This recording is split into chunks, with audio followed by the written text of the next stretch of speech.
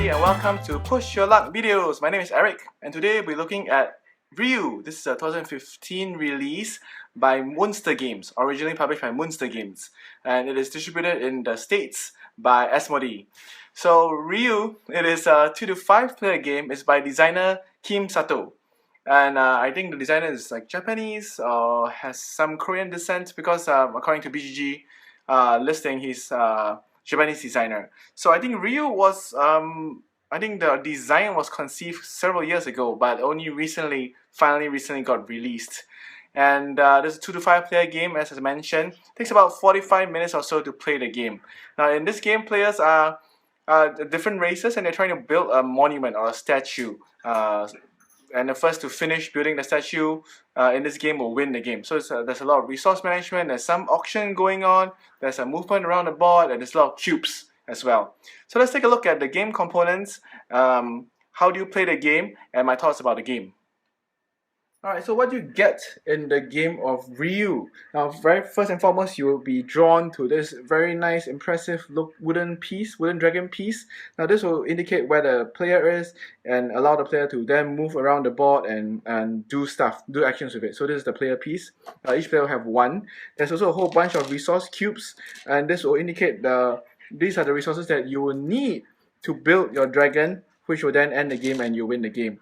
There's all different types of colors, and there's only one white cube. I'll explain what this white cube does later on during the gameplay. Each player also have a player shield, which allows you to put your cubes behind, alright, to prevent other players from seeing them. The player shield will also tell you which dragon card tiles belong to you, and what are the different resources needed to build the different stages of the dragon. This is all the same. Every player will have an identical set of requirements for the dragons, and the final look of the dragon after you finish building them. Each player will also have a set of these nice thick cardboard tiles which will belong to the dragon that you are supposed to be building. You can arrange them in a way that that is indicated by the player shield, alright? But essentially what you're trying to do is that you're trying to build from stage A, then to B, to C, to D, and E. Right? So you could put them in a straight line if you wanted to, but for it would be nicer if you put them in the correct arrangement to see that it's a dragon. There's a whole lot of tokens as well. So these are the tokens, right? There's the smuggler token, which the black-edged one. Then there's the merchant token, which the goldish one, and then there's the governor token, which is the white-edged one. Right? I'll explain what all this means later on. Okay. Each player will you also have this 4 resource and 5 resource token. Each player will have one. There isn't a need for so many of them because you can just use one and it can be used for all players. Doesn't really matter. Alright, and so the components, and also lastly, these are the island tiles where you'll be going around and doing action on them. So all in all, the components are really very nice, very good quality, and so well done. Let's go to how to play the game. Alright, so at the start of the game, each player will have a player shield, and they'll have their dragon cards arranged in front of them. They will also have this token in front of them, and depending on which player they are, for example, if you are the 4th player or the 5th player in a 5-player game, then you get a set of starting tokens. You get either one smuggler or one merchant token right at the beginning. Right, each player will also have 2 yellow cubes that they'll put behind a shield. Right, and then they'll place their dragons at where they are starting, at their starting location, which belongs to them. So, like for example, this would be here, then the orange will be here, and purple will be here. Alright, and then you're ready to begin the game. So, whoever is the first player is the player who last battled or rode on a dragon, which I find it's a very odd start player rule. But then again, like for example, for the Grizzled, whoever is a Harriest will start first. So, well, who am I to judge? Anyway, randomly decide who starts first. The rest of these cubes will be placed into the bag. Alright, so randomly decide who starts first, and now you can start your turn. There's a thing about the board that is arranged this way. You're supposed to randomly shuffle the boards and then arrange them in a circular manner. There's always 9 island tiles on the board. There's always 4 neutral ones. The neutral ones you can tell. Not this one. Sorry. Neutral ones you can tell when you flip over the other side you don't see anything. So these are the neutral ones. There's always 4 neutral ones.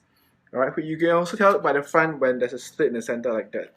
And also 5 player tiles. So depending on if you have 5 players, then you have all 5 player tiles out. Now if you do not have the full 5 player set, you can take the non-player tiles to replace the player tile. So for example, if the player tile if the player wasn't around, sorry, and he did not choose this particular tile, for example, they just replace it with this one. So it's almost the same. The colors are the same, except it doesn't have the symbol here. Alright, so I'll explain why all this does later on. So you put this here like so. Okay, so yeah, so during your turn, you will get to do 3 different actions. Either you move 0 to 2 steps around any direction that you like, and then you take an action, or you take an action and then you move 0 to 2 steps, or you can move 0 to 4 steps and then take no actions. Alright, so what you're doing is you're moving your dragon around the different islands and doing actions on them. The actions is actually you're doing actions on them. So what are the actions then? So for the player tiles, which are the ones that have the symbol right now here, alright, what you're doing is when you land, you're visiting other players' action and doing exploration. So exploration means that you are paying, first you need to pay 1 yellow cube in the center. So every time you pay a cube, just put in the center here like so. Alright, you pay 1 yellow cube and then you will get to get resources. Alright, you interact with the your opponent's island and you get resources. So you're actually interacting with your opponent. Alright, to get resources. So after you land there, you cannot go to your own, you must always go to your opponent's island tile. So when you go there, what happens is that you or the opponent, actually it's your opponent, will flip this thing. So we'll flip this token, like so. Whatever it lands face up, alright, this will indicate a certain actions that will happen. So in this case, if the 5 cubes appear, what happens is that your opponent will now draw 5 cubes from the back, alright, and lay them out. So let's say I randomly draw 5 cubes, for example, from the back, lay them out, alright. Then your opponent will first get to arrange them into 2 different groups. Either you arrange them as 3-2 or 4-1, in this case, for example, 4-1. Then after that, you're the active player, you get to choose which of this group that you want to take. So maybe you want to take this and put it all behind your shield, and then your opponent will take this and put it all behind his shield.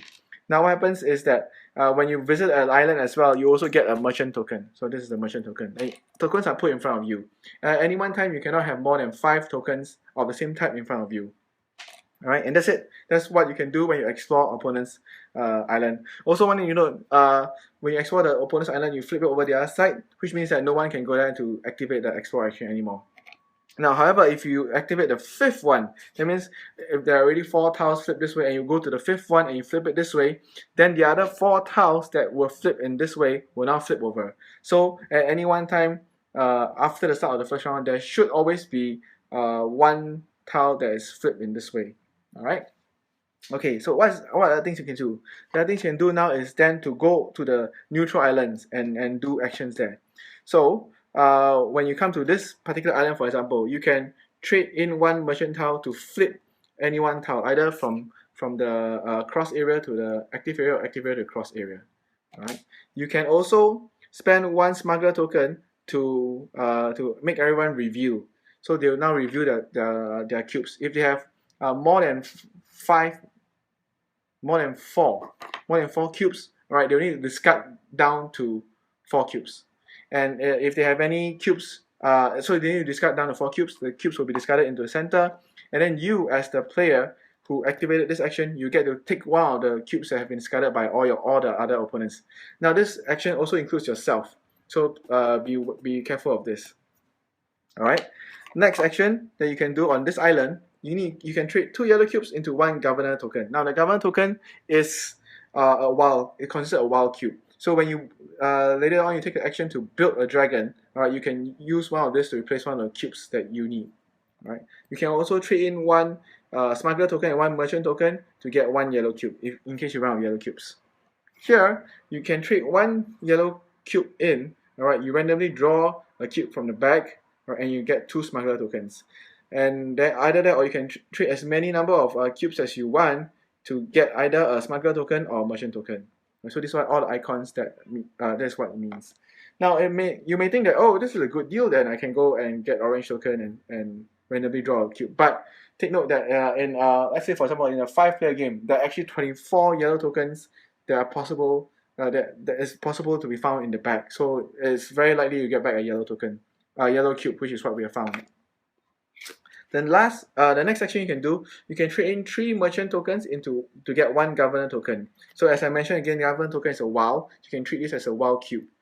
Otherwise, you can also trade in 3 smuggler tokens to randomly draw 2 cubes from the bag. The last thing you can do is to build your dragon. You can build your dragon from anywhere on the board. Alright, so when you build a dragon, you must start with A first, and then you build it. When you build it, you need to pay either 3 orange cubes, 3 blue cubes, or 3 purple cubes. Then you flip it over the other side in front of you. Then when you're done, you can build the next one, which is like 1 of each. Then you can flip the other side. Alright, so that's the whole purpose of the game. If you're first to build or your 5 pieces of your dragon, then you win immediately. And that's all the actions there is for the game. Now the last thing to note, that if you happen to draw the white cube, this will trigger an auction. So what happens is everything will stop, everybody will do an auction.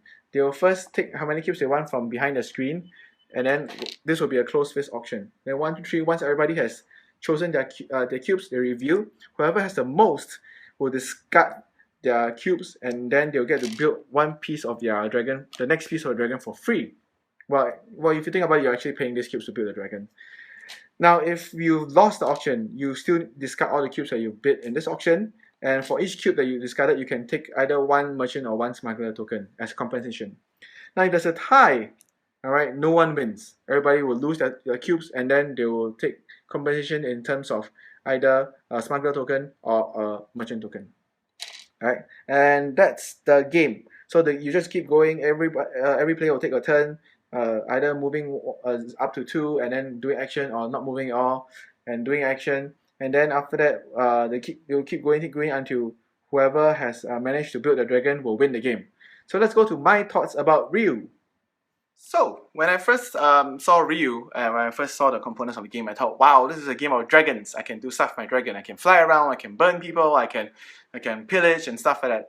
But that's not the case here. It is a pure Euro game. There's no like dudes on the map kind of thing. It's just resource management. It's like trading in the Mediterranean kind of thing. You could have reteamed the whole game into something else and it will still work fine. In fact, I think the theme is where it kind of let the game down, because you look at the artwork, it's really nice. You look at all the artworks, the player shield art that they have, it all looks really nice, and it seems to give you the promise of something fun, something very action-packed. A lot of things will happen, a lot of the dragons will fly around and do stuff. Even dragon pieces are so nice, so nicely done, so big and so nice to hold in your hand. But ultimately, what you're doing is that you're moving around different islands, getting cubes, changing cubes, getting tokens, changing tokens, and hopefully you are the first to finish building your 5 dragons. And that's it. That's all there is to it. So I feel that this is a very weird thing where the team kind of overpromised what it is meant to deliver. If perhaps the team it like, oh, this is like trading in the Mediterranean, or we're just trading cubes here and there, it might have worked better, because then the expectation is not so high, and you will not be expecting so much more than what the game is actually going to deliver. Don't get me wrong, I think the game is pretty okay. There's still quite a fun element to it. You're moving around, you need to know where you are, you're trying to remember what cubes your opponent has taken. Every time you go to an opponent's island to explore, you are not only getting cubes yourself, you are also giving your opponent's cubes. So you may not want to go to the opponent that's winning, otherwise they might get too many cubes and they will win much more easily. There are a few problems though, other than the theme that I mentioned. This flipping thing, where you flip and then you determine who gets the 5 cubes or 4 cubes and stuff like that. Oh, I forgot to mention, if you flip, you get the 4 cubes. The active player will choose 1. You draw 4 cubes first from the back. Active player will choose 1 cube. The inactive player, that means the player or the player's island that you're visiting, will get 2 cubes, and then you get the last cube. Alright, so this getting cubes is interesting. I don't know why there needs to be a 5 and a 4. Maybe it's to add more variety. You may not know how many cubes you get. But this flipping thing is kind of annoying. It's such a, because the game is very Euro feeling, yet you have this random flipping thing that's happening on. This is so weird, so strange. The other thing is that also there's no real catch-up mechanism. So if someone is really far ahead in a lead, it's pretty hard to stop that person from winning. You could go to I think this is the Governor's Island. All right, and you can trigger the Piracy Act to try to get them to discard their cubes. But more often than not, it's very hard to catch up. There's no real direct interaction in a way. I mean, players could just avoid giving the player that's winning any more cubes, the kind of thing. But yeah, so it's the catch-up mechanism is lacking in the game, and the last randomness is this white color cube, which is like it's so random. People can draw. You could potentially draw it several times from the back, because after you draw this white cube, you do the auction. Every of the cubes that were in the center of the table will now be thrown back in the back, and then this might be thrown back in, and then you might draw it out again, and then it's another auction again. So this is a very random thing that I did not feel that there's a need for it. The last thing is that the back control is quite interesting in a way, but it can feel very random, because why? As the number of cubes in the back dwindles down, people want to interact more. They want to go to the islands more and more. Then they might be able to get the better cubes. They will not get so many yellow cubes. But at the same time, you still need the yellow cubes, because if you go to an island, you still need to pay a yellow cube to do stuff. So there are a lot of areas where you can manipulate cubes here and there.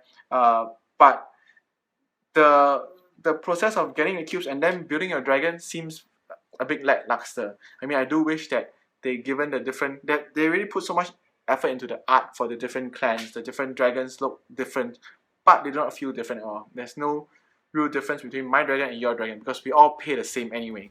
I do wish that they gave each player, each clan, at least some special power, like maybe the sharks can convert anything into a blue cube, for example, or when they pay to build their dragon, after they build the first part of the dragon statue, they get certain abilities. So you build the second part of the dragon, you get additional abilities, that kind of thing. So it could be a much more interesting or more thematic game, but it just kind of fell flat in a way for me. So I cannot recommend it. I would say that you should try the game before you decide whether this game is for you. Thanks to Asmodee for this review copy, and thank you for watching.